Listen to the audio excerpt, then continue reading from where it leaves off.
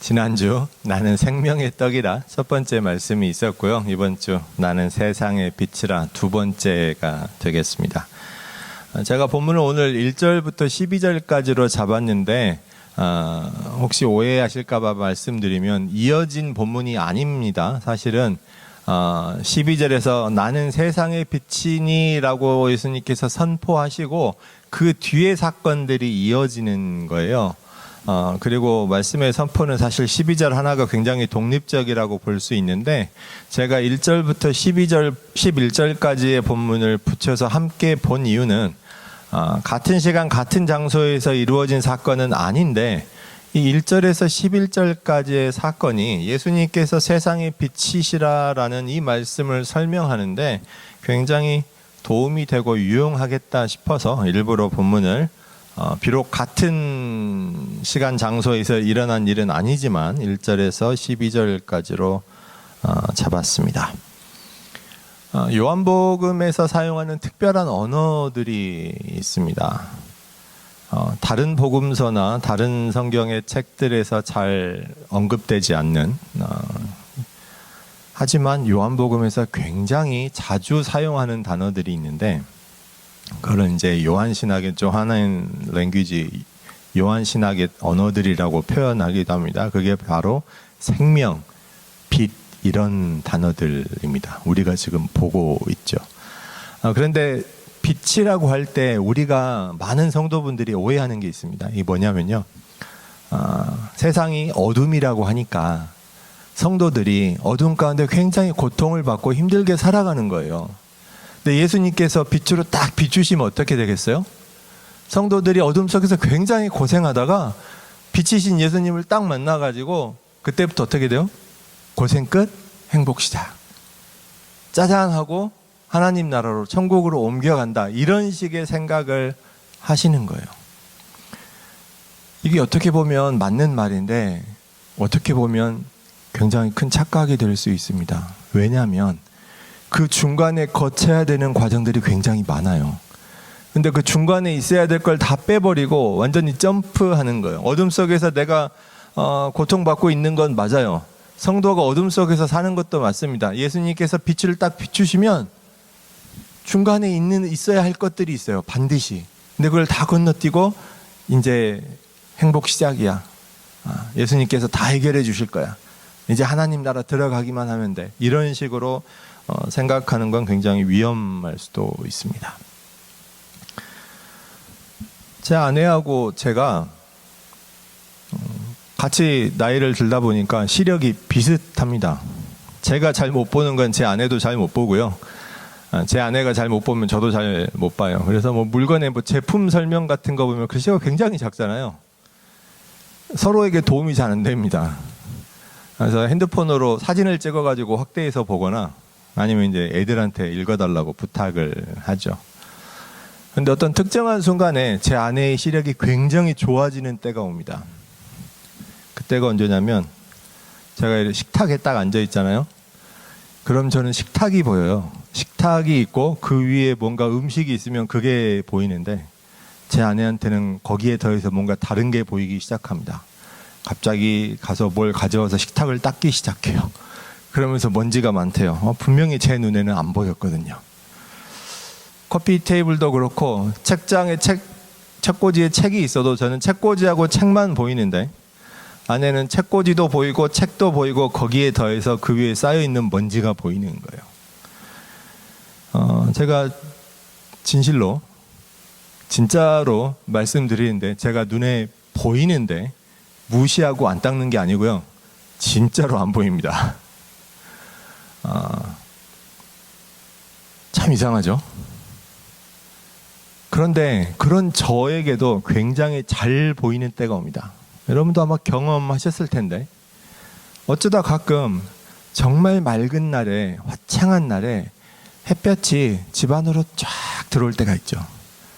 그럼 어때요? 공중에 떠있는 먼지 하나하나까지 다 보입니다. 그냥 노력하지 않아도 보여요. 보고 싶지 않아도 그냥 보입니다. 깜짝 놀라죠. 와, 우리 집에 이렇게 먼지가 많았어? 놀라기도 합니다. 평소에 모르고 살아가나? 어쩌면 죄가 굉장히 비슷하다는 생각을 합니다. 예수님이라는 세상의 빛이, 예수님이 이렇게 딱 비추시면 노력하지 않아도 그냥 볼 수밖에 없어요. 강제로 보여져요. 우리가 실내에서는 어둡기 때문에 그걸 잘 못 본다고 핑계할 수 있을 수도 있어요.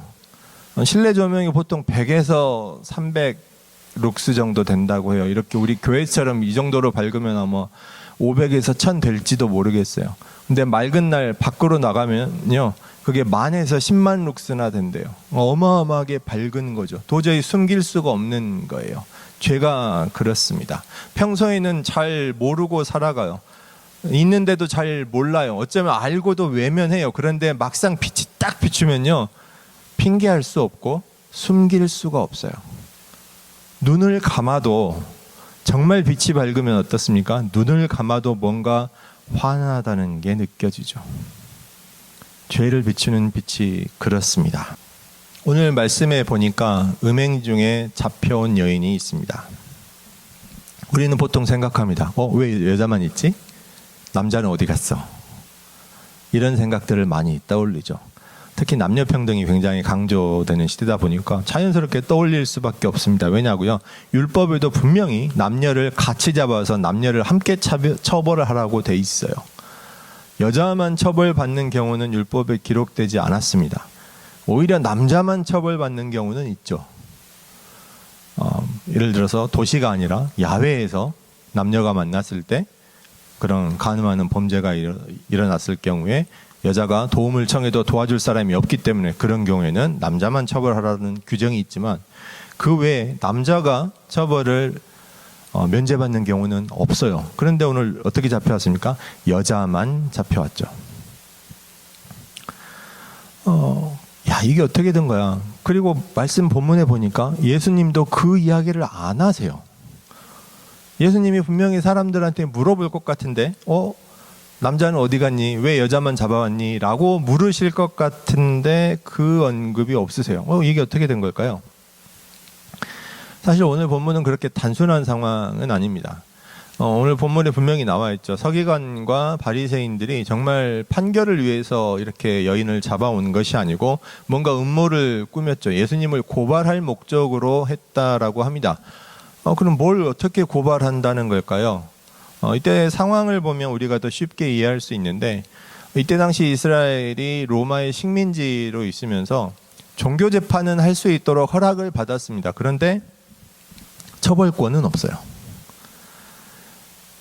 무슨 뜻이냐면 간음한 여인이 있어서 율법으로 죽이라라고 돼 있단 말이죠. 하지만 그 재판을 할 수는 있어요. 하지만 죽일 수 있는 권리는 없습니다. 그러니까 이스라엘이 예수님을 십자가에 못 박을 때 어떻게 하나요? 재판은 했어요. 그런데 죽일 수가 없죠. 그러니까 어떻게 합니까? 로마 총독인 빌라도에게 데리고 가서 죽여달라고 하는 거예요. 그러니까 지금 서기관과 바리새인들이 예수님을 고발하려고 음모를 꾸몄다는 게 뭐냐면, 사람들의 감정이 굉장히 민감한 죄가 성적인 범죄라서 지금 굉장히 많은 사람들이 성전에 모여서 예수님의 가르침을 들으려고 모여 있죠. 예수님의 편은 종교 지도자가 아닙니다. 제사장들이나 서기관들이나 바리새인들은 예수님의 편이 아니에요. 지금 상황에서는 굉장히 많은 대다수의 군중들, 민중들, 그리고 하층민들, 요새 말로 하면 여론이 예수님의 편인 거죠. 그래서 여론이 예수님의 등을 돌리게 만들고 싶은 거예요. 그래서 간음한 여인을 잡아옵니다. 굉장히 시간과 노력을 많이 들었을 것 같아요. 왜냐고요? 현장에서 잡아왔거든요. 간음한 여인을 현장에서 잡아온다는 게 절대로 쉬운 일이 아니죠. 근데 왜 이렇게 했냐면, 그렇게 하지 않으면 절차와 조건에 있어서 조금 복잡해집니다. 그냥 쉽게 그렇게 간음한 여인을 고발할 수 있는 게 아니에요. 예를 들어서 반드시 남편이 미리 경고를 해야 됩니다. 그러니까 남편이 아내의 간음이 예상된다 그러면 아내에게 미리 경고를 해야 돼요. 그리고 그냥 무작정 경고를 하면 안 되고 특정 대상이 있어야 돼요. 내가 보니까 당신 간음이 의심되는데 누구 있잖아, 그 사람 절대 만나지 마라고 경고를 직접적으로 해야 합니다. 그리고 여자가 그 경고를 듣지 않았을 경우에 잡아다가 고발할 수 있는 거예요. 물론 그 경우에도 2사람 이상의 증인은 필요한 거죠. 그런 여러 가지 복잡한 절차를 피하기 위해서 굉장히 애를 써서 현장에서 음행 중인 여인을 잡아다가 데리고 온 거예요. 사람들의 반응이 어떻겠어요? 굉장히 분노했겠죠. 처벌을 하라는 식의 여론이 형성이 됐을 텐데, 그때 당시에 예수님께서 만약 그래 처벌해 라고 했다면 어떻게 될까요? 이 사람들은 바로 로마에 가서 고발할 겁니다. 이 사람이 로마법을 어겼다는 것이죠. 처벌하지 못하게 돼 있는데, 만약에 예수님이 처벌하지 말고 용서해라 라고 하면 어떻게 될까요? 그러면 당연히 율법을 어겼다고 고발하겠죠. 보아라, 사람들에게 보아라, 율법에, 모세의 율법에 간음한 여인 이렇게 처벌하라고 돼 있는데 율법을 어겼다라고 고발하겠다는 그런 계획인 겁니다. 그때 예수님께서 말씀하시는 거예요. 바닥에 뭘 쓰셨다는 거죠. 그러면서 말씀하시기를, 야, 너희 중에 죄 없는 자가 먼저 쳐라. 사실 제가 어렸을 때 이 말씀 보면서 이해가 좀 안 갔어요. 예수님께서 죄 없는 자가 먼저 쳐라 했는데 왜 아무도 안 치지라는 생각이 들었거든요. 지금 이 사람들이 그냥 모인 사람이 아니잖아요. 이미 음모를 꾸민 사람들이에요. 예수님을 고발하기 위해서 고의적인 어떤 목적을 갖고 모인 사람이라는 거죠. 예수님께서 야, 너희 중에 죄 없는 자가 먼저 쳐라 그럴 때 어떻게 하면 되겠어요? 선동하는 사람이 있으면 되잖아요. 누가 바람잡이 하면 되잖아요. 하다못해 시장에서 야바위꾼도 바람잡이가 있잖아요. 근데 이렇게까지 음모를 꾸며놓고 예수님이 야, 너희 중에 죄 없는 자가 먼저 쳐라 하니까 그냥 간다고요? 너무 이상했어요. 나중에는 이게 정말 제게는 정말 큰 기적처럼 느껴졌습니다. 앞을 못 보는 사람이 앞을 보고 걷지 못하는 사람이 벌떡 일어나서 걷는 것보다도 더 큰 기적 같았어요. 그냥 그런 기적은 하나님께서 베풀어 주시면 그냥 일어나는 기적이에요. 근데 사람들의 완악한 마음은요, 정말 바뀌기가 쉽지 않습니다. 그래서 제게는 정말 놀라운 기적처럼 느껴졌어요. 옛날에는 막 사람들이 순박해서 그렇게 양심의 가책을 받고 그랬을까요? 오늘 말씀에 보니까 이 사람들이 양심의 가책을 받아서 다 떠난다고 돼 있는데, 그럼 요새 사람들은 순박하지 않아서 잘 안 바뀌는 걸까요? 아니면 예수님께서 정말 세상의 빛이라서 빛이 딱 비추었을 때 사람들이 자기의 죄를 보게 된 걸까요? 제가 아까도 말씀드렸지만 정말 환한 빛이 내려오게 되면 내가 뭘 선택할 수가 없어요. 보고 싶지 않아도 저절로 보이게 됩니다. 그리고 그 경우에 가장 먼저 내 죄를 보게 됩니다. 남의 죄를 보는 게 아니라 내 죄를 보게 되죠. 거기서 사람들의 반응이 조금 나뉘게 됩니다. 내 죄를 보고 진실로 회개하는 사람들이 있겠죠. 그 사람들은 생명이신 예수님을 만나게 되는 겁니다. 반면에 그렇게 죄를 보고도 외면하는 사람들이 있습니다. 돌아서죠. 등을 돌리고 눈을 감습니다. 그리고 자기를 합리화합니다. 요새 말로 가스라이팅을 하죠. 자기 스스로를. 야, 이 정도면 괜찮은 거야.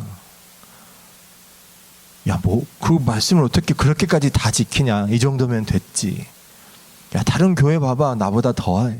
야, 우리는 이 정도면 정말 훌륭하지.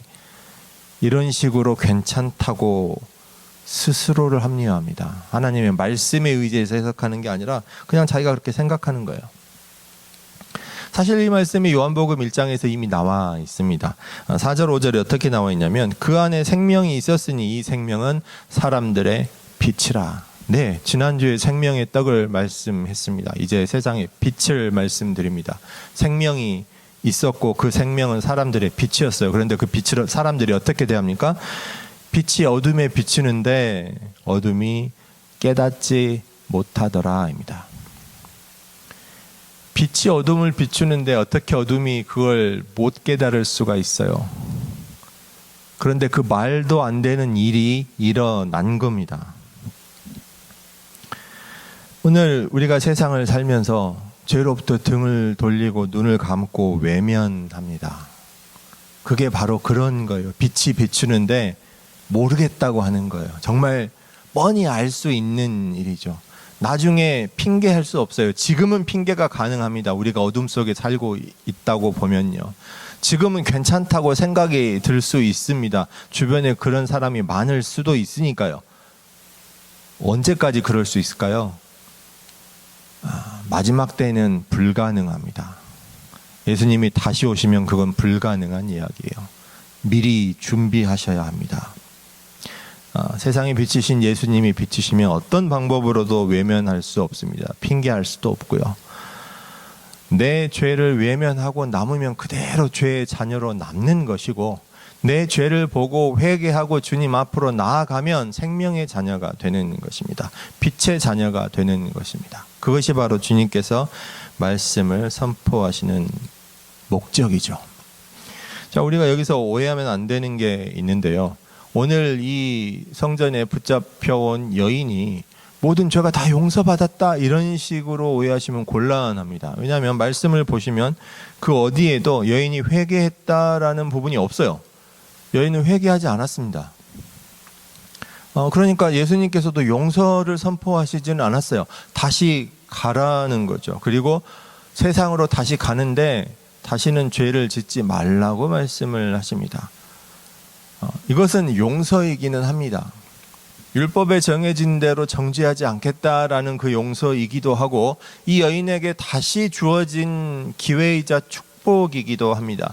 이 여인에게는 다시 세상을 살 기회가 주어졌고, 회개할 수 있는 기회가 주어졌고, 복음을 영접하고 믿음을 가지고 새 생명을 받을 수 있는 기회가 주어진 겁니다. 이 여인만 받은 것이 아니라 우리도 그렇게 받은 겁니다. 여기서 우리가 정말 중요한 건, 사람들이 굉장히 절차와 과정을 중요하게 여길 때가 있습니다. 그런데 하나님께서는 절차와 과정도 중요하시지만 그보다 더 먼저 사람을 보실 때가 있어요. 오늘도 그랬습니다. 오늘 본문 말씀도 이 여인이 성전에 잡혀오는데요. 자, 사실 성경에는 자세한 기록이 없지만 미슈나라는 게 있습니다. 흔히 한국 사람들이 탈무드라고 하는 것 있죠. 탈무드라고 하는 것은 랍비들이 율법을 해석한 것들, 또 그걸 막 재미있게 해석한다든지 뭐 스토리를 곁들여서 해석한 것을 보통 탈무드라고 부르는데, 이 랍비들이 해석한 이 율법이 우리가 보는 성경의 모세오경, 그러니까 창세기부터 신명기까지의 율법만을 말하는 게 아닙니다. 이스라엘은 구전으로 전해오던 굉장히 많은 율법들이 있었고, 이 율법들을 나중에 모아서 책으로 만들어내는데 그걸 미슈나라고 부릅니다. 그리고 랍비들이 이 굉장히 많은 율법들을 해석한 것을 우리가 탈무드라고 부르는 거예요. 거기에 보면 성경에 나와 있지 않은 더 자세한 규정들이 굉장히 많이 있습니다. 오해하시면 안 되는 게, 그것을 성경과 같은 위치에 놓고 보시면 곤란하고요. 그냥 참고 자료 정도로만 보시면 되는데, 거기에 어떤 규정이 있냐면요. 여자를, 간음한 여인을 벌을 줄 때 두 가지로 구분을 합니다. 결혼하지 않은 여인이 음행 중에 잡혀왔을 때는 돌로 쳐서 죽이고요. 결혼한 여인이, 남편이 있는 여인이 음행 중에 잡혀왔을 때는 돌로 치는 게 아니라 목을 졸라서 죽이게 되어 있습니다. 우리가 생각할 때는 뭐야, 그걸 왜 그렇게 구분해? 남편이 있는 여자가 더 크게 범죄한 거 아니야? 그런데 그들은 조금 다르게 해석했어요. 아직 결혼하지 않은, 그러니까 약혼한 거죠. 약혼한 상태에서 약혼한 신랑을 두고 아직 결혼을 안 했는데 그런 여인이 범죄한 것을 더 가증하게 여겼습니다. 그래서 그런 여자는 돌로 치라고 했죠. 재판하는 것도 굉장히 자세하게 규정되어 있습니다. 재판 앞에 나오면, 지금 성전이라는 장소에서 예수님 앞에 나온 여자와 마찬가지로 그렇게 나왔을 때는 일단 몸에 있는 모든 장신구를 다 빼앗깁니다. 그리고 머리를 풀어헤치고 옷을 다 찢어서 가슴을 드러내게 하고 가리지 못하게 하고 서 있게 만들어요. 이게 무슨 뜻이겠어요? 강제로 굉장히 수치심을 주는 거예요. 자, 여자가 안 그래도 잡혀와서 부끄러운데 그런 식의 벌을 당하고 있으면, 수백 명의 사람들이 자기를 둘러싸고 그런 부끄러운 모습을 보고 있으면 제정신일 수 있겠어요? 그 상황에서 뭔가 말씀을 듣고 회개하고 그런 게 가능할까요? 예수님께서 주신 말씀이 사람들을 다 떠나게 하신 후에 너를 고발하던 사람들 다 어디 있느냐 였죠. 그리고 나도 너를 정죄하지 않겠다 였습니다. 이것은 분명히 빛이신 예수님께서 세상을 비출 때 우리에게 가장 먼저 필요한 것은 회개입니다. 반드시 회개가 있어야 돼요. 그런데 때로는 그 회개보다 먼저 주어지는 것들이 있습니다. 그게 바로 은혜입니다. 그 은혜라는 것은 우리가 그냥 겉으로 그럴듯하게 포장하는 것이 아니고 내가 가진 것 중에 그냥 일부를 주는 게 아니라 죄를 덮을 정도로 정말 절실하고 간절하게 필요한 사람에게 필요한 것이 주어지는 것이 은혜입니다. 아직 이 여인은 제대로 자신의 죄를 주님 앞에 고백하고 회개하지는 못했지만 주님의 은혜를 먼저 받는 거예요. 이 여인만 그렇습니까? 우리의 삶이 그렇습니다. 우리가 살다 보면 우리가 아직 제대로 내 죄를 고백하지 못하고 회개하지 못했을 때에도 주님으로부터 먼저 은혜를 받게 됩니다. 그런 경우가 있습니다. 사실은 굉장히 많습니다. 그러면 그때 우리는 뭘 해야 될까요? 예수님 말씀처럼 가서 다시는 죄를 짓지 말아야 합니다. 이것을 우리는 회개라고 부르는 겁니다.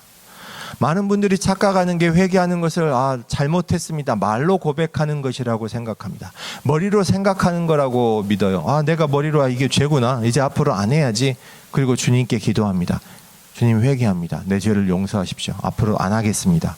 그리고 회개했다고 착각하죠. 그것은 진실된 회개가 아닙니다. 제가 진짜 회개는 어떻게 해야 된다고 말씀드렸습니까? 고백한 후에 행동이 이어져야 합니다. 한국 사람들이 그렇게 자랑하는 평양 대부흥운동이 왜 진실된 회개였습니까?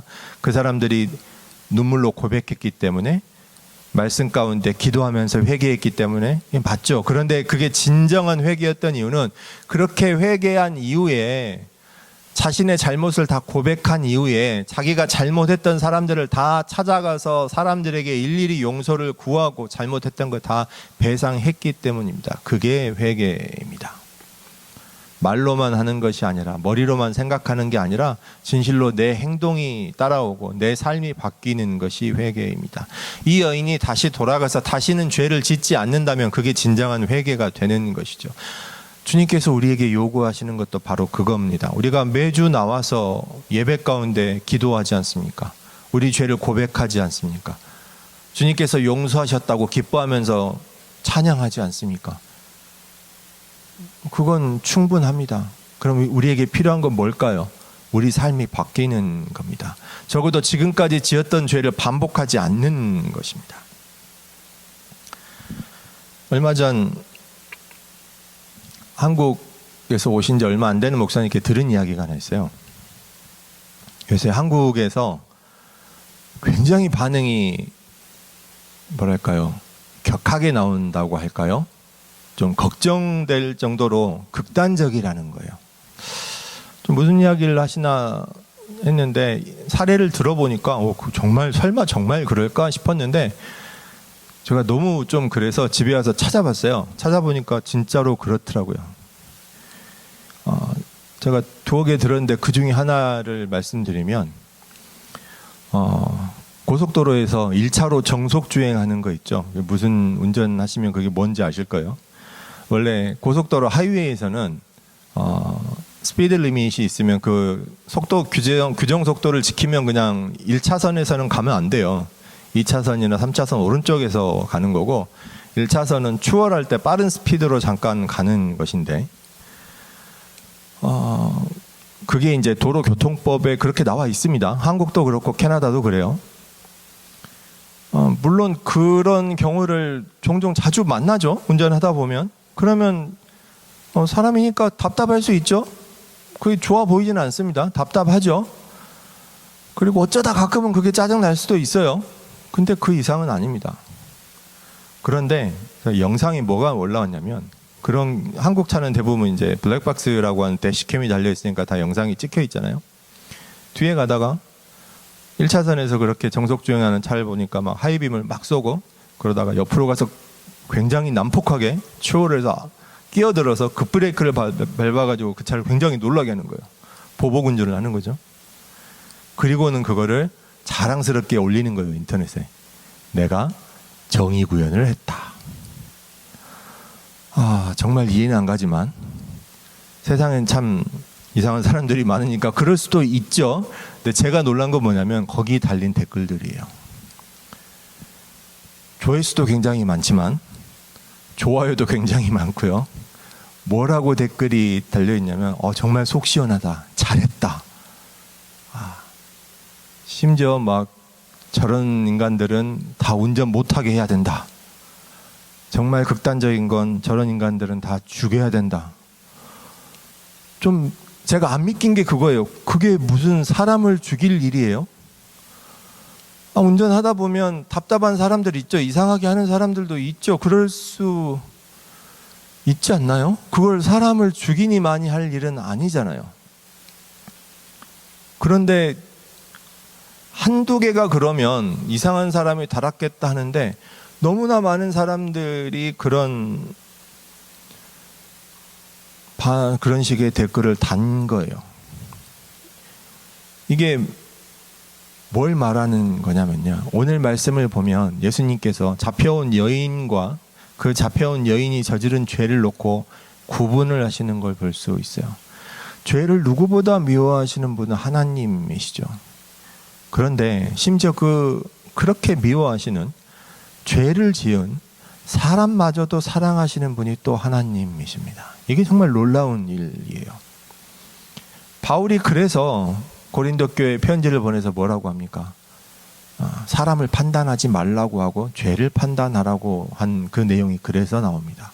물론 우리에게는 이와 비슷한 말이 굉장히 유명한 말이 있죠. 간디가 한 말인데 죄는 미워하되 사람은 미워하지 말라는 말이 굉장히 유명해졌는데 사실은 그 말이 굉장히 성경적인 원리를 담고 있는 겁니다. 사람을 미워해서는 안 되는 거예요. 죄를 미워해야죠. 그런데 우리는 반대로 하죠. 그게 너무 쉬워요. 눈에 보이지 않는 죄를 어떻게 미워합니까?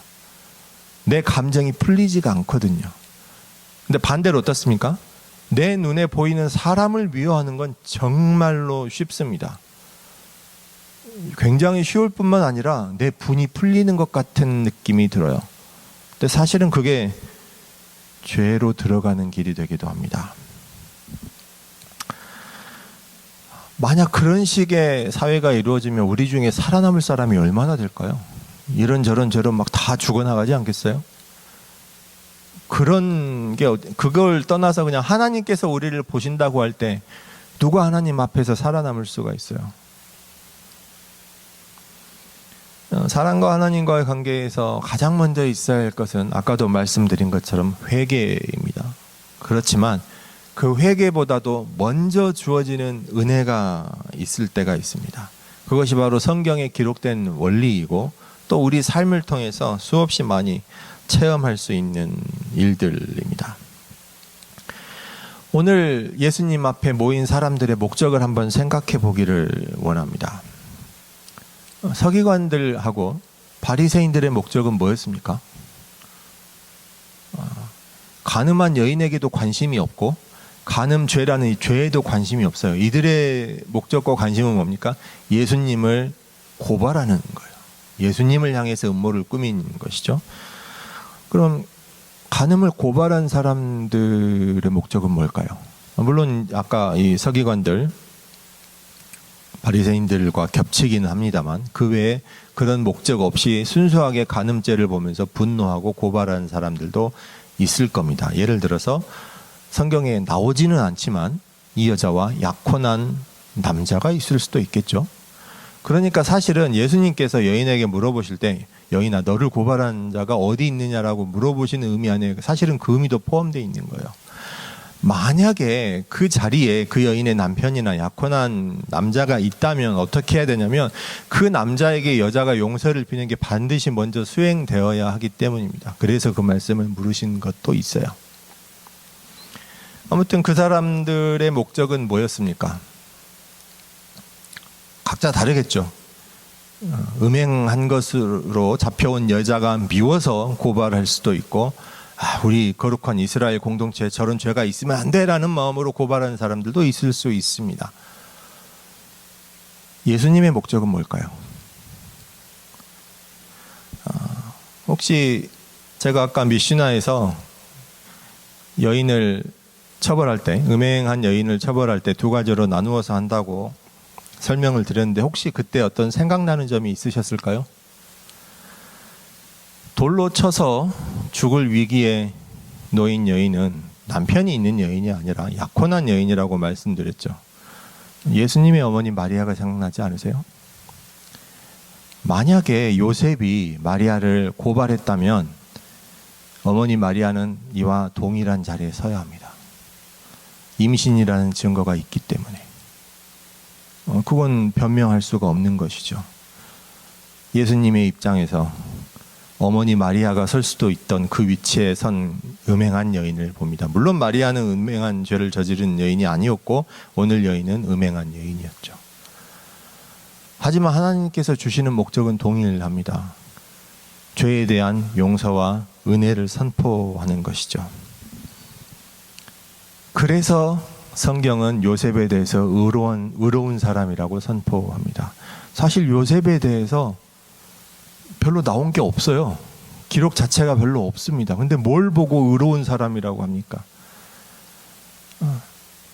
인간적인 감정으로 봤을 때 누구보다 더 배신감을 느낄 사람인 것이고, 율법에 의하면 당연히 고발할 수 있는 게 권리인 거예요. 아니, 사실은 당연히 해야 되는 거예요. 그런데도 하지 않죠. 무엇 때문에? 그 목적이 뭡니까? 용서하는 거예요. 은혜를 주는 겁니다. 비록 약혼한 상대였지만 네가 다른 사람과 만나서, 다른 남자를 만나서 아이를 가졌다면 그 남자와 행복하게 살라고 보내주는 것이죠. 그게 은혜이고 용서였던 거예요. 그래서 성경은 요셉을 의로운 사람이라고 칭합니다. 사랑하는 성도 여러분, 예수님은 스스로 세상의 빛이라고 선포하셨습니다. 우리가 빛을 만났을 때 누구도 속일 수 없고 누구도 핑계할 수 없고 변명할 수 없는 그런 죄들을 보게 되는데, 그 죄에 대하여서 우리가 가져야 한 자세가 바로 그렇습니다. 내 죄에 대해서는 누구보다 분명하고 명확하게 하나님께 회개하고 용서를 빌어야 합니다. 내가 사람에 대해서 죄를 지었을 때는 하나님께 회개한 것으로 충분하지 않고 그 사람을 찾아가서 잘못을 말하고 용서를 구해야 합니다. 다른 사람의 죄를 보았을 때는 어떨까요? 이게 정말 어려운 건지도 모릅니다. 다른 사람의 죄를 보았을 때 가장 쉬운 길이 비난하는 겁니다. 그것도 죄를 비난하는 게 아니라 사람을 비난하는 거죠. 요셉이 마리아에게 향한 것은 죄를 미워하는 것도 죄를 비난하는 것도 아니었어요. 먼저 사람을 보았고 그 사람에 대한 은혜와 긍휼과 사랑이 있었습니다. 이것이 하나님께서 우리에게 주신 은혜의 원리이고 또 우리에게 원하시는 것입니다. 세상에 비치신 예수님을 만나고 우리의 죄를 보고 우리의 죄를 깨닫고 인정하고 회개할 때 하나님께로 향하는 길이 우리 앞에 열리게 됨을 주님의 말씀으로 선포드립니다. 이 말씀을 믿으시고 그 길을 통해 참된 생명 얻으시는 저와 여러분 되시기를 주님의 이름으로 축원합니다. 아멘.